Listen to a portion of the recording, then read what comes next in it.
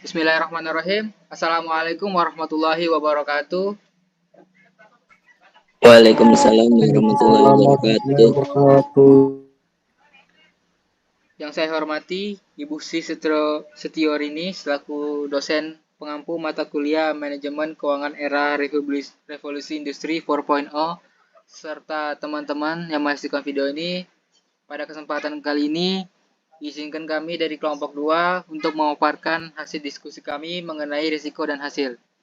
Sebelum memasuki pembahasan, saya akan memperkenalkan anggota dari kelompok 2. Yang pertama ada Etika Beriana, kedua ada Farhana Nur, ketiga ada Nia Mandania, keempat ada Fikri Revi Saputra, kelima ada Sadewa Cahya Ramadan, dan terakhir saya sendiri, Senaldi, selaku moderator pada pembahasan kali ini. Baiklah, tanpa berlama-lama lagi, marilah kita memasuki materi pembahasan. Untuk pembahasan yang pertama akan dipaparkan oleh Saudari Hana. Untuk Saudari Hana dipersilakan. Baik, terima kasih Senaldi. Yang pertama yaitu definisi risiko dan hasil. Risiko atau risk adalah suatu halangan, gangguan, exposure terhadap kerugian atau kecelakaan. Menurut Kamus Webster. Kedua, peluang akan terjadi suatu peristiwa yang tidak diinginkan. Menurut Brigham dan Houston. Lalu, menghitung risiko suatu aset dibagi menjadi dua. Yang pertama, basis berdiri sendiri atau standalone, dan yang kedua, konteks portofolio. Risiko berdiri sendiri atau standalone risk merupakan risiko yang akan dihadapi oleh investor jika ia hanya memiliki satu aset menurut Brigham dan Houston. Baiklah, terima kasih Hana atas pemaparan materinya. Untuk materi berikutnya akan disampaikan oleh Saudara Fikri. Untuk Saudara Fikri dipersilakan. Baik, terima kasih Senaldi. Saya akan melanjutkan pemaparan materi mengenai resiko berdiri sendiri. Poin utama resiko berdiri sendiri terdapat 5 poin. Yang pertama ada distribusi probabilitas. Yang kedua, tingkat pengembalian yang diharapkan. Ketiga, tingkat pengembalian historis atau telah direalisasikan. Keempat, standar deviasi. Kelima, koefisien variasi. Resiko berdiri sendiri. Distribusi probabilitas atau probability distribution, daftar kemungkinan hasil atau kejadian dengan suatu probabilitas atau kemungkinan terjadi bagi setiap hasil. Misal, berdasarkan setiap kondisi perekonomian, Martin Products dan US Water mendapat pengembalian relatif tinggi ketika permintaan kuat dan rendah saat permintaan lemah. Tingkat pengembalian yang diharapkan, expected rate of return atau RTOP, tingkat pengembalian yang diharapkan akan direalisasi dari suatu investasi, rata-rata tertimbang dari distribusi probabilitas hasil-hasil yang mungkin terjadi. Kemudian ada probabilitas distribusi dan pengembalian yang diharapkan. Menurut Martin Product. Pertama, probabilitas permintaan terjadi apabila 0,30 dan tingkat pengembalian apabila permintaan terjadi yaitu 80%, maka produk yaitu probabilitas permintaan terjadi dikali dengan tingkat pengembalian apabila permintaan terjadi yaitu 24%. Maka perekonomian yang mempengaruhi permintaan menjadi kuat. Kemudian probabilitas permintaan terjadi 0,40 dan tingkat pengembalian apabila permintaan terjadi 10%, maka produk yaitu menjadi 4%. Dan perekonomian yang mempengaruhi permintaan menjadi normal. Kemudian probabilitas permintaan terjadi apabila 0,30 dan tingkat pengembalian apabila permintaan terjadi minus 60%, maka produknya adalah minus 18%, dan perekonomian yang mempengaruhi permintaan menjadi lemah. Total dari probabilitas permintaan terjadi yaitu 1,00 dan tingkat pengembalian apabila permintaan terjadi RTOP dan total produk yaitu 10%. Untuk US Water, apabila probabilitas permintaan terjadi 0,30 dan tingkat pengembalian apabila permintaan terjadi 15%, maka produk yaitu probabilitas permintaan terjadi dikali dengan tingkat pengembalian apabila permintaan terjadi menjadi 4,5%. Kedua, probabilitas permintaan terjadi 0,40 dan tingkat pengembalian apabila permintaan terjadi 10%, maka produk menjadi 4%. Kemudian yang ketiga, probabilitas terjadi apabila 0,30 dan tingkat pengembalian apabila permintaan terjadi 5%, maka produk menjadi 1,5%. Total permintaan terjadi yaitu 1,00 dan tingkat pengembalian apabila permintaan terjadi R-topi, total produk menjadi 10%. Dengan perekonomian yang mempengaruhi permintaan masing-masing yaitu pertama kuat, normal, dan lemah.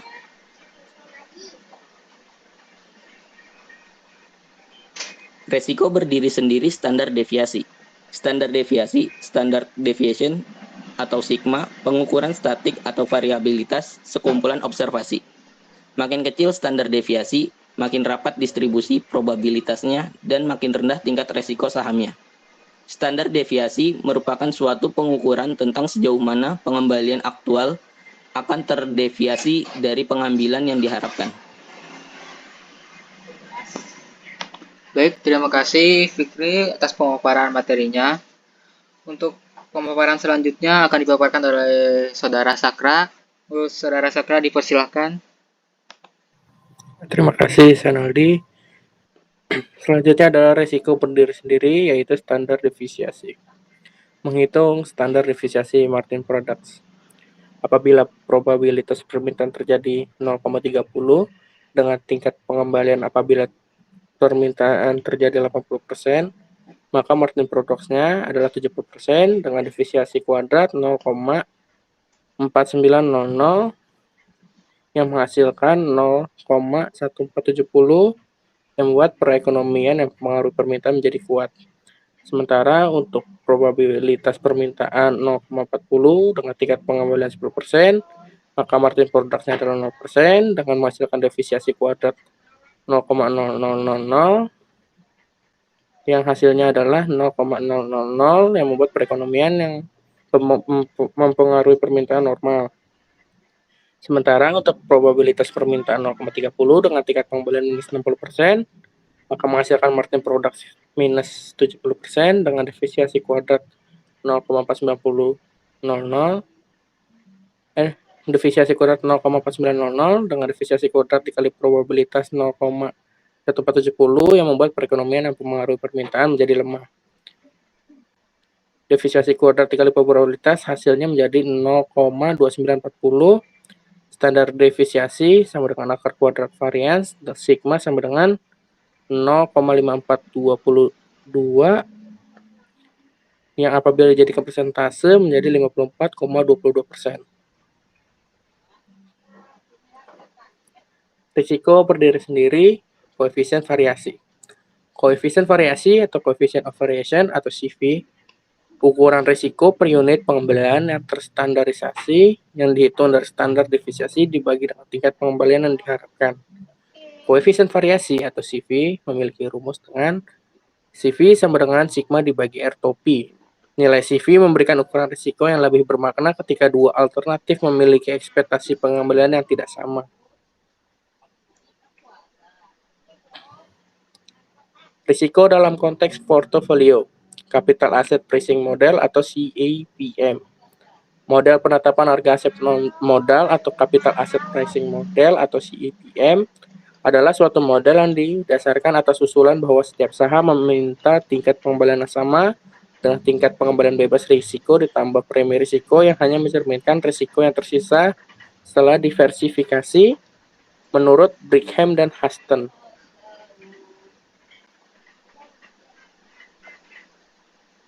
Poin utama CAPM ada dua, yaitu pengembalian portofolio dan risiko portofolio. Baiklah, terima kasih Sakra atas pemaparan materinya. Untuk berikutnya, pemaparan materi akan disampaikan oleh Saudari Nia. Untuk Saudari Nia dipersilahkan. Baik, terima kasih Senaldi. Yaitu selanjutnya ada pengembalian portofolio yang diharapkan. Tingkat pengembalian portofolio yang diharapkan, expected return on a portfolio, dikurang R-Topi P merupakan rata-rata tertimbang dari tingkat pengembalian yang diharapkan atas seluruh aset yang dimiliki dalam portofolio, menurut Brigham dan Houston. Pengembalian portofolio yang diharapkan adalah rata-rata bobot pengembalian yang diharapkan dari saham-saham dalam portofolio. Tingkat pengembalian yang direalisasikan, realized rate of return, dikurang R-Topi, tingkat pengembalian yang benar-benar diterima selama beberapa periode di masa lalu. Pengembalian yang diharapkan dari suatu portofolio, yaitu saham pada Microsoft, pengembalian diharapkan 7,70%, dolar yang diinvestasikan 25.000 US dollar, dalam persentase dari 25,00%. Dengan produk 7,70% dikali 25,00%, dengan total yaitu 1,9250%. Lalu ada saham IBM, pada pengembalian yang diharapkan 8,20%, dolar yang diinvestasikan 25.000 US dollar, persentasi dari 25,00%, dengan produk 2,0500%. Lalu ada saham GE dengan pengembalian yang diharapkan 9,45%, dolar yang diinvestasikan 25.000 US dollar, pada presentasi dari 25,00%, dengan produk 2,3625%. Lalu pada saham ExxonMobil dengan pengembalian yang diharapkan 7,45%, dolar yang diinvestasikan 25.000 US dollar, dalam presentasi dari 25,00%, dengan produk 1,865%. Pengembalian diharapkan dengan total 8,20%, dolar yang diinvestasikan dengan total 100.000 US dollar, persentasi dari 100%, dengan total produk 8,2000%, sama dengan RP yang diharapkan.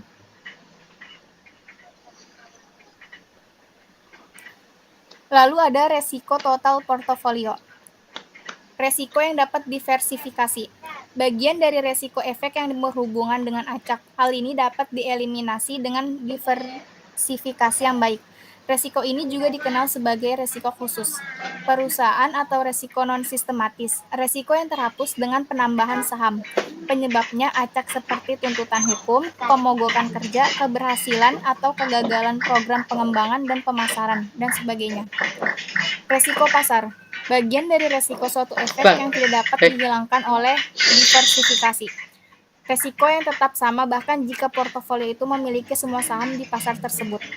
Penyebab resiko pasar berawal dari faktor-faktor yang mempengaruhi sebagian besar perusahaan secara sistematis, seperti perang, inflasi, resesi, tingkat bunga yang tinggi, dan faktor mikro lainnya.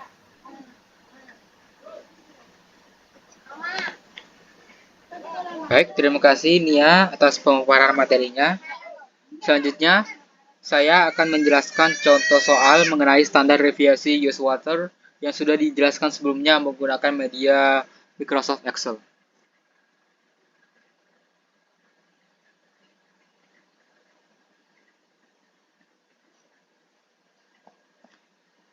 Risiko berdiri sendiri standar deviasi. Menghitung standar deviasi Usewater. Yang pertama, probabilitas permintaan terjadi sebesar 0,30 dan tingkat pengembalian apabila permintaan terjadi 15%, maka deviasi yaitu aktual dikurangi pengembalian yang diharapkan 10% sebesar 5%. Menghasilkan deviasi kuadrat 0,0025 dengan deviasi kuadrat dikali probabilitas sama dengan 0,00075, maka perekonomian yang mempengaruhi permintaan kuat. Kemudian, apabila probabilitas permintaan terjadi sebesar 0,40 dan tingkat pengembalian apabila permintaan terjadi sebesar 10%, maka deviasinya 0%. Dengan deviasi kuadrat 0, deviasi kuadrat kali probabilitas juga 0, maka perekonomian yang mempengaruhi permintaan normal. Kemudian yang terakhir, probabilitas permintaan terjadi sebesar 0,30 dan tingkat pengembalian apabila permintaan terjadi 5%, maka deviasinya sebesar minus 5%, di mana deviasi kuadratnya yaitu 0,0025 dan deviasi kuadrat dikali probabilitas sebesar 0,00075, maka perekonomian yang mempengaruhi permintaan lemah. Total dari probabilitas permintaan terjadi sebesar 1, dan total deviasi kuadrat dikalikan probabilitas sebesar 0,0015. Standar deviasi sama dengan akar kuadrat varians sigma 0,0387, yang dimana apabila dinyatakan dalam persentase sama dengan 3,87%.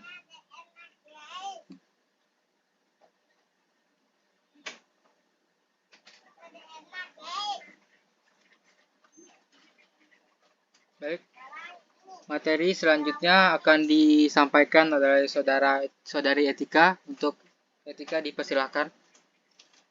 Baik, terima kasih Senaldi. Untuk selanjutnya saya akan menjelaskan contoh soal yang kedua, yaitu jelaskan terkait hubungan antara resiko dan tingkat pengembalian serta berikan contohnya.